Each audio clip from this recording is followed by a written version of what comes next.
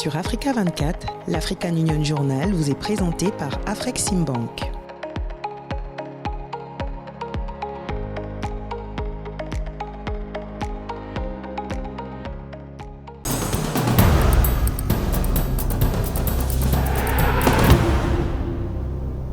Merci d'être avec nous pour cette édition de l'African Union Journal.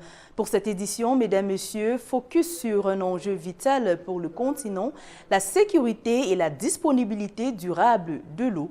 Face à la croissance démographique, au changement climatique et à la pression sur les ressources naturelles, l'accès à l'eau devient un défi stratégique pour l'Afrique, au cœur des priorités de développement, de paix et de la stabilité. Les États africains, avec l'appui de l'Union africaine et de leurs partenaires, multiplient les initiatives pour garantir une gestion équitable, résiliente et durable de cette ressource essentielle à la vie.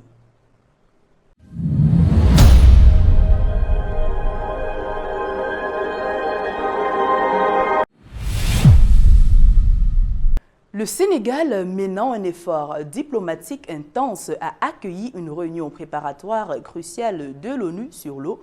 Le président Bassirou Diomaye Faye a présidé à Dakar le 26 janvier 2026 une réunion préparatoire de haut niveau de l'ONU. Cette rencontre est cruciale en amont de la conférence des Nations Unies sur l'eau prévue à Abu Dhabi en décembre 2026. L'objectif est de mobiliser la communauté internationale pour un engagement ferme sur l'accès universel à l'eau et à l'assainissement. Je vous propose d'écouter les reportages de Chekou Oumar. Le Sénégal a été l'hôte d'une réunion préparatoire de l'ONU sur l'eau, un rendez-vous crucial mené sous l'égide de son entre-genre diplomatique. Le président Bassirou Diomaye Faye a présidé le 26 janvier 2026 l'ouverture d'une réunion préparatoire de haut niveau de l'ONU à Dakar. Cette rencontre est organisée en amont de la conférence des Nations Unies sur l'eau prévue à Abu Dhabi en décembre 2026. L'objectif principal est de mobiliser la communauté internationale face à une crise hydrique qui menace la stabilité mondiale. Les statistiques de l'ONU révèlent une situation critique avec 2,2 milliards de personnes privées d'eau potable sûre. Près de 3,5 milliards d'individus manquent de services d'assainissement adéquats. Le président Faye a insisté sur l'enjeu essentiel de cette ressource qui dépasse le simple cadre sectoriel. Votre présence à Dakar témoigne de l'importance politique que la communauté internationale accorde à l'eau et à l'assainissement. Non seulement comme enjeu sectoriel, mais également comme fondement essentiel de la dignité humaine, de la santé des populations et de la stabilité des sociétés, mais aussi de la prospérité partagée des nations. L'eau est en effet une ressource vitale pour l'homme et la nature. L'eau est indispensable au maintien de l'équilibre de la planète. Faisant écho à cette urgence, Retno Moursidi, envoyé spécial du secrétaire général de l'ONU pour l'eau, a lancé un appel vibrant à l'action collective, soulignant que la réalité contredit l'adage populaire indiquant que l'eau, c'est la vie. L'eau, c'est la vie. C'est une expression que nous entendons souvent. Malheureusement, la réalité nous confronte à une autre histoire. Des milliards de personnes n'ont toujours pas accès à l'eau potable sûre. Encore plus, le manque d'accès à une gestion sanitaire sécurisée. Et chaque jour, des milliers d'enfants meurent à cause de l'eau et de l'assainissement évitable aux maladies. Au lieu de soutenir la vie, la situation mondiale de l'eau continue de faire échouer trop de vies. C'est une histoire sombre qui remplit notre réalité. Mais nous ne pouvons pas abandonner cette réalité. Abandonner cette réalité signifie renoncer à nos vies et à notre avenir. L'accent a été mis sur la situation particulièrement critique du continent africain. Le président Faye a rappelé que l'Afrique est touchée de plein fouet par cette crise avec 40% de sa population sans accès à l'eau potable et plus de 70% en manque de services d'assainissement de base. C'est une situation moralement inacceptable. Et tant qu'elle persistera, notre responsabilité collective restera engagée. Car les crises de l'eau alimentent les crises alimentaires, fragilise les économies, déplace les populations et exacerbe les tensions. La réunion de Dakar entend permettre de jeter les bases d'un engagement ferme des États membres en vue de la conférence de décembre 2026 à Abu Dhabi, avec pour objectif de garantir un accès universel et durable à l'eau et à l'assainissement. Du 19 au 21 janvier, Djibouti a organisé l'ICAF 2026, un événement marquant dans sa lutte contre le changement climatique. Cette rencontre a rassemblé experts, chercheurs et décideurs dans le but d'élaborer des solutions concrètes. L'accent a été mis sur le renforcement de la résilience nationale et l'importance de la coopération internationale face à cette menace globale. Plus de précisions à ce sujet avec Esther Konon. Face à la multiplication des sécheresses, au stress hydrique croissant, à la menace sur les écosystèmes et aux risques pour sa stabilité socio-économique, Djibouti s'engage à renforcer sa résilience. Le pays a été l'hôte du 19 au 21 janvier 2026 du Forum international sur l'adaptation climatique. Cet événement majeur était dédié à la recherche et à l'élaboration des solutions concrètes pour répondre à cette crise mondiale. Aucune politique d'adaptation ne peut être durable sans une base scientifique solide. C'est cette conviction qui a guidé la création de l'Alliance doctorale pour le climat. L'implantation de cette alliance à Djibouti traduit une priorité politique claire: placer la transition et l'adaptation climatique au cœur de notre vision stratégique. Les rapports climat 2025 révèlent que 70% des zones agricoles subissent un stress hydrique et que 15% des écosystèmes côtiers sont perdus. Ces effets menacent la sécurité alimentaire, l'aménagement du territoire et la biodiversité, soulignant la nécessité de projets concrets de financement et de transferts technologiques pour renforcer la résilience à l'échelle nationale et régionale. Le monde dans son ensemble, et l'Afrique en particulier, fait face à de multiples chocs qui se répercutent sur nos communautés, nos économies et impactent nos écosystèmes. En conséquence des effets du changement climatique, grâce aux rapports scientifiques du GUSC et de l'IPBES, nous consolidons des preuves solides pour guider des décisions politiques efficaces à tous les niveaux, du mondial à l'individuel. Le président Omar Guelleh a lancé l'Alliance doctorale pour le climat visant à former de jeunes chercheurs africains et à renforcer les partenariats scientifiques sud-sud et nord-sud. Il a appelé les partenaires internationaux à soutenir l'adaptation climatique par des financements, le transfert de technologies et une coopération équitable. Djibouti se positionne ainsi comme un pôle régional stratégique combinant expertise locale, innovation et collaboration internationale. C'est pourquoi je lance ici un appel solennel à nos partenaires internationaux, aux institutions financières, aux organisations multilatérales et au secteur privé. L'adaptation climatique exige des financements accessibles, des transferts de technologies et une coopération scientifique équitable. L'Alliance doctorale pour le climat se veut complémentaire de tous les efforts existants en matière d'adaptation. Elle n'est pas une initiative isolée, mais une plateforme ouverte et un espace de synergie. Le forum a réuni des chercheurs, universitaires et experts climatiques africains et internationaux, permettant d'échanger des données scientifiques fiables pour guider les politiques publiques. Cette discussion consolide la position de Djibouti comme plateforme régionale pour la recherche et l'action climatique, favorisant une réponse coordonnée aux impacts du changement climatique et stimulant la coopération scientifique et technologique à l'échelle continentale. Inondations, sécheresse, glissement de terrain. Au Cameroun, les catastrophes climatiques touchent des centaines de milliers de personnes chaque année. Pour mieux protéger les citoyens et anticiper des risques, l'Observatoire national sur les changements climatiques lance une plateforme numérique innovante capable d'alerter, de protéger et de guider les décisions avec l'expertise à 100% locale. Les détails, c'est avec Paul Marcel Mayagui.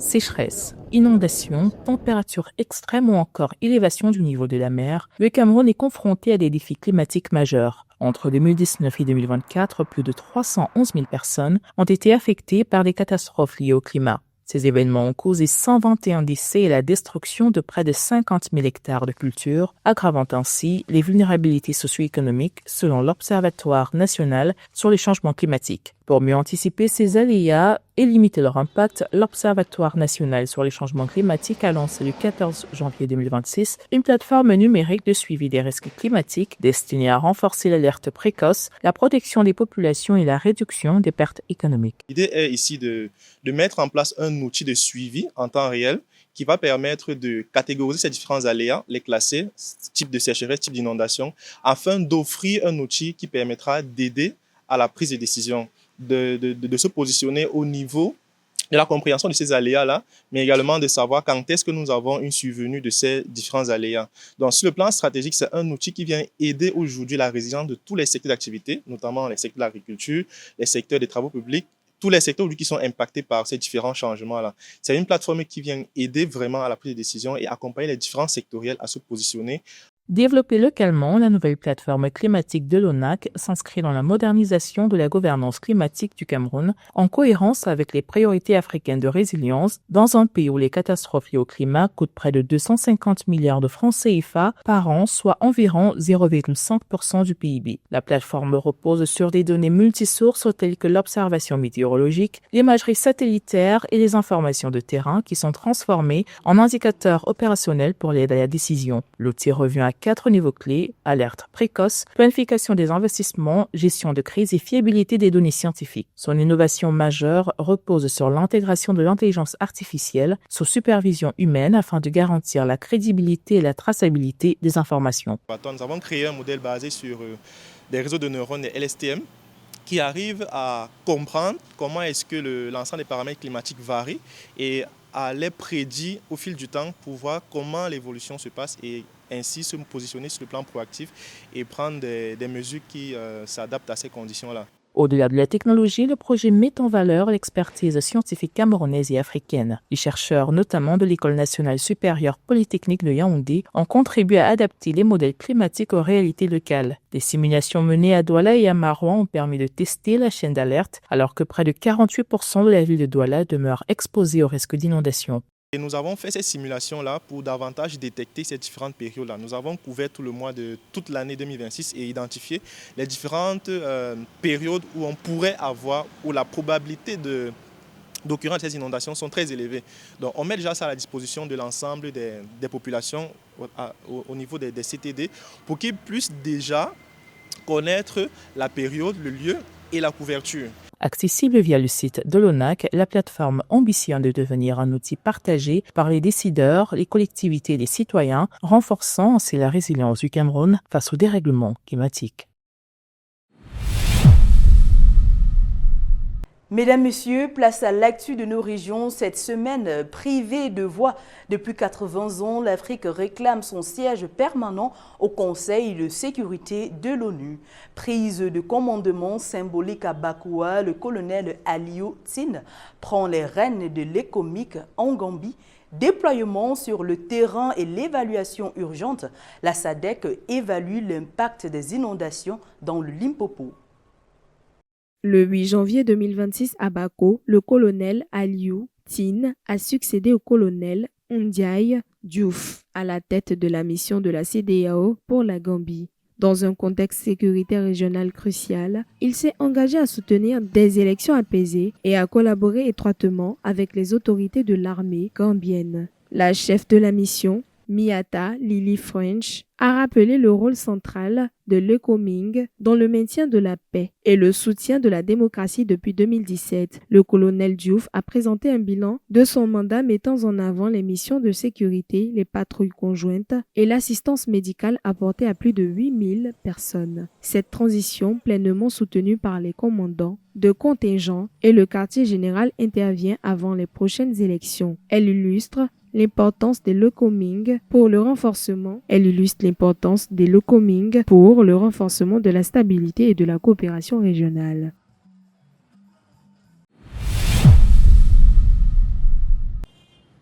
Le 26 janvier 2026 à New York, Mahmoud Ali Youssouf, président de la Commission de l'Union africaine, a exigé un siège permanent avec droit de veto au Conseil de sécurité de l'ONU, dénonçant l'exclusion de l'Afrique comme une injustice et une inéquité pour ses 1,4 milliard d'habitants. Au nom de l'équité mondiale, il a réclamé toutes les prérogatives d'un membre permanent et a également souligné la nécessité de renforcer la coopération ONU-UA dans le respect mutuel, insistant sur le multilatéralisme de l'état de droit comme pilier de développement et de la souveraineté. L'Afrique, via des initiatives comme la résolution 19-27 et des déploiements en Somalie, considère l'état de droit comme essentiel et non négociable pour la résolution pacifique des différends.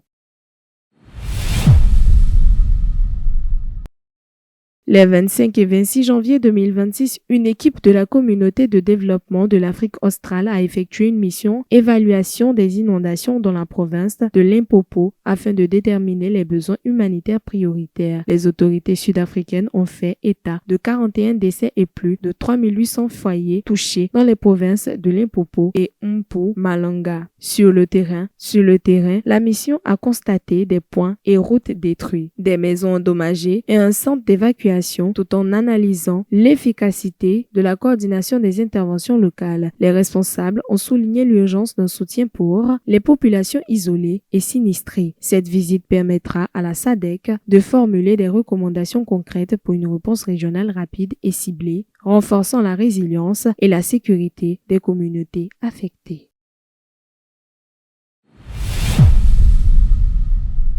Le 22 janvier 2026 à Addis Abeba, le ministre allemand des Affaires étrangères, Johann Wadephel, a confirmé le partenariat stratégique solide avec l'Union africaine, basé sur le multilatéralisme et la paix, et a annoncé un engagement financier de 88 millions d'euros pour 2026-2027 en soutien aux priorités continentales. Cette annonce fait suite à une visite au Kenya, renforçant la coopération bilatérale. Reportage de Jérôme Christian Bellobo. À Addis Abeba, le ministre allemand des Affaires étrangères, Johann Wadephul, a réaffirmé le 22 janvier 2026 la solidité du partenariat stratégique avec l'Union africaine, fondé sur les valeurs communes dont le multilatéralisme, la paix, la sécurité, les droits humains et le développement durable. Bella a annoncé un financement de 88 millions d'euros pour 2026-2027 afin de soutenir les priorités africaines, la paix, la sécurité, la bonne gouvernance, l'immigration, la sécurité sanitaire, la ZLECAf, EU Border Programme et AfriPol. La Commission de l'Union africaine apprécie ses relations avec le gouvernement fédéral allemand et je voudrais également saisir cette occasion pour saluer le rôle moteur joué par l'Allemagne dans la prise de décision au niveau mondial. Nous savons tous que l'ordre international est en train d'être bouleversé. Cela crée un sentiment d'incertitude et d'imprévisibilité pour l'avenir, ce qui n'est certainement pas utile et ne nous permet pas de planifier correctement la mise en œuvre complète de notre programme de paix et de développement. Espérons que la raison et la sagesse l'emporteront sur les décisions imprudentes et perturbatrices qui ont des répercussions mondiales. Johann Wadephul a effectué une tournée africaine de 2 jours au Kenya et en Éthiopie pour renforcer le dialogue euro-africain. À Nairobi, il a rencontré le président William Ruto et visité le Humanitarian Peace Support School, saluant la coopération germano-kenyane en matière de formation et de maintien de la paix. Des discussions sur un accord de coopération en matière de défense sont en cours.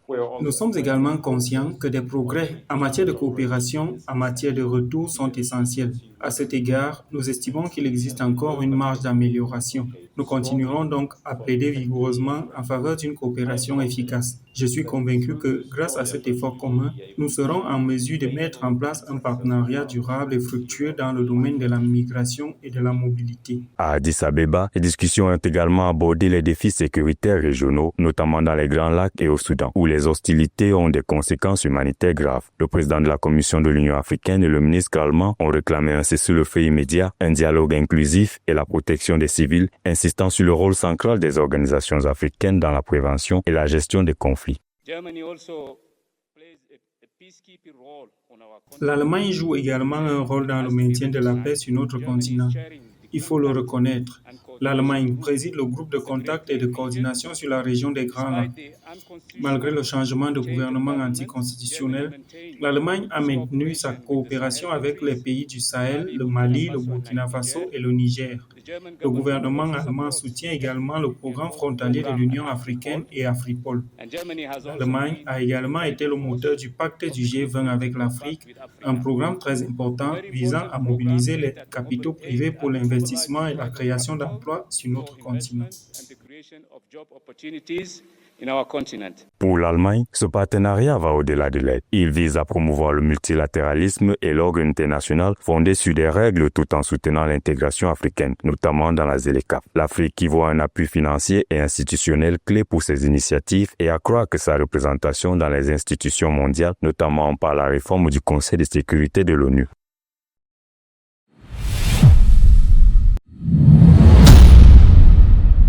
La 48e session ordinaire du Conseil exécutif de l'Union africaine se tiendra les 11 et 12 février 2026 au siège de l'Union africaine à Addis Abeba en Éthiopie. Composé des ministres des Affaires étrangères ou d'autres représentants désignés des États membres, cet organe clé de décision examinera notamment le rapport de la 51e session du Comité des représentants permanents, la participation de l'Union africaine au G20, l'organisation des élections et nominations aux organes et institutions de l'Union, ainsi que la mise en œuvre de l'audit des compétences et l'évaluation des aptitudes des fonctionnaires de l'UA et des projets d'instruments juridiques. Le Conseil préparera également les points à soumettre à la conférence des chefs d'État et de gouvernement en cohérence avec les objectifs de l'agenda 2063. La 39e session ordinaire de la conférence des chefs d'État et de gouvernement de l'Union africaine se tiendra les 14 et 15 février 2026 à Addis Abeba en Éthiopie sous le thème « Garantir un approvisionnement durable en eau et des systèmes d'assainissement sûrs pour atteindre les objectifs de l'agenda 2063 ». Durant cette réunion de haut niveau, les dirigeants africains discuteront des grands enjeux continentaux, notamment les défis sécuritaires au Sahel, dans l'est de la République démocratique du Congo, au Soudan et en Libye, la résurgence des changements de gouvernement anticonstitutionnels et la menace terroriste croissante, tout en définissant les orientations politiques et les priorités de développement pour renforcer la résilience et le bien-être des populations. La ville de Victoria Falls, au Zimbabwe, accueille du 23 au 27 février 2026 l'édition 2026 de la Semaine de l'énergie durable de la Communauté de développement de l'Afrique australe. Organisée par le Centre pour les énergies renouvelables et l'efficacité énergétique de la SADC et le secrétariat de l'organisation sous-régionale, l'événement réunira des décideurs politiques, des institutions publiques, des ONG, des universitaires, des régulateurs, des partenaires au développement, des institutions financières et des acteurs du secteur privé autour des enjeux de développement des énergies renouvelables dans la SADC. Le Tchad rayonne dans les instances politiques africaines. Le 24 janvier 2026, l'ambassadeur Maria Mahamat Nour a été élue aux fonctions de vice-présidente de la Commission de la Communauté économique des États de l'Afrique centrale. Maria Mahamat Nour est une économiste, diplomate et femme politique tchadienne dont le parcours riche et diversifié témoigne d'un engagement profond et de longue date dans les affaires publiques, la gouvernance économique et la diplomatie africaine. Samantha Sebourou nous dresse son portrait. Élue le 24 janvier 2026 aux fonctions de vice-présidente de la commission de la CEAC, Mariam Mahamat Nour est une experte en développement avec plus de 30 ans d'expérience. Titulaire d'un DEA en développement et commerce international à l'Université nationale de Côte d'Ivoire et d'un DES en théorie économique, Université Marien Gouabi de Brazzaville, elle a servi 12 ans à des postes ministériels et 14 ans aux Nations Unies, consolidant ainsi son expertise diversifiée. Des projets dans le domaine de l'agriculture, de l'environnement et de la sécurité alimentaire. Il nous a permis de financer les désenclavements, donc les infrastructures routières. Il nous a permis de financer la gouvernance avec l'amélioration des performances de nos finances publiques, l'amélioration du climat des affaires. Il y a des projets régionaux également dans le domaine de la sécurité alimentaire, dans le bassin du lac Tchad, qui, comme vous le savez, est un exemple visible et palpable des victimes des changements climatiques. Née le 17 juillet 1956 à Djamena, Mariam Mahamat Nour a occupé de hautes fonctions au Tchad, ministre de l'économie, de la planification et de la coopération internationale, secrétaire générale du gouvernement. Elle a mené des réformes institutionnelles, géré les relations parlementaires et piloté des politiques socio-économiques et diplomatiques clés. Son profil allie formation académique solide et expérience éprouvée en négociation et en gestion des enjeux de développement africain. La conservation des ressources naturelles avec la conservation de la biodiversité dans la sous-région, avec la conservation des éléphants, avec les défis de l'heure. Nous comptons sur le FAD pour pouvoir diversifier notre économie en nous basant spécialement sur l'agriculture et l'élevage pour créer des emplois, des opportunités d'emploi pour la jeunesse, pour que cette jeunesse-là ne continue pas d'être la proie des terroristes. Reconnue pour son engagement en faveur du leadership des femmes, Mariam Mahamat Nour a été saluée par des organisations nationales pour son rôle dans la promotion de l'égalité et de la participation des femmes dans la vie publique. Son élection à la vice-présidence de la commission de la CEAC témoigne non seulement de son expérience, mais aussi de la confiance accordée à son expertise pour contribuer à l'intégration et au développement de l'Afrique centrale. Au Tchad, celles qui travaillent dans l'administration, ceux qui sont dans la politique, ceux qui sont responsables des associations, des groupements villageois, celles qui travaillent dans les ministères, qui sont cadres. Donc, c'est toutes ces femmes, la première réunion, c'était environ 400 femmes leaders qui étaient venues. Wow. Et donc, on a adopté les textes et tout. Donc, l'objectif, c'est d'œuvrer dans le stratégique. Parce que les associations féminines, comme toutes les associations de la société civile, il y en a beaucoup. Il y en a des centaines. Et donc le CONAF, il est dans les stratégiques à améliorer les statuts de la femme. À travers ses fonctions, Mariam Mahamat Nour incarne une génération de leaders déterminés à faire de l'Afrique centrale un espace de coopération, de développement et de justice sociale. Son leadership fondé sur le dialogue, la compétence et l'engagement fait d'elle un modèle inspirant pour les femmes et les jeunes du continent.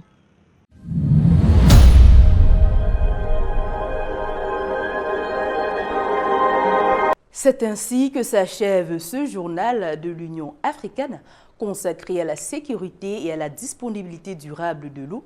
Plus qu'une ressource, l'eau est un levier de développement, de cohésion sociale et de prévention des conflits. Pour l'Afrique, relever ce défi exige une coopération renforcée entre États, des investissements durables et une gouvernance responsable afin de garantir aux générations présentes et futures un accès équitable à cette richesse vitale. Mesdames, Messieurs, merci de nous avoir suivis. Très bonne suite de programme sur Africa 24.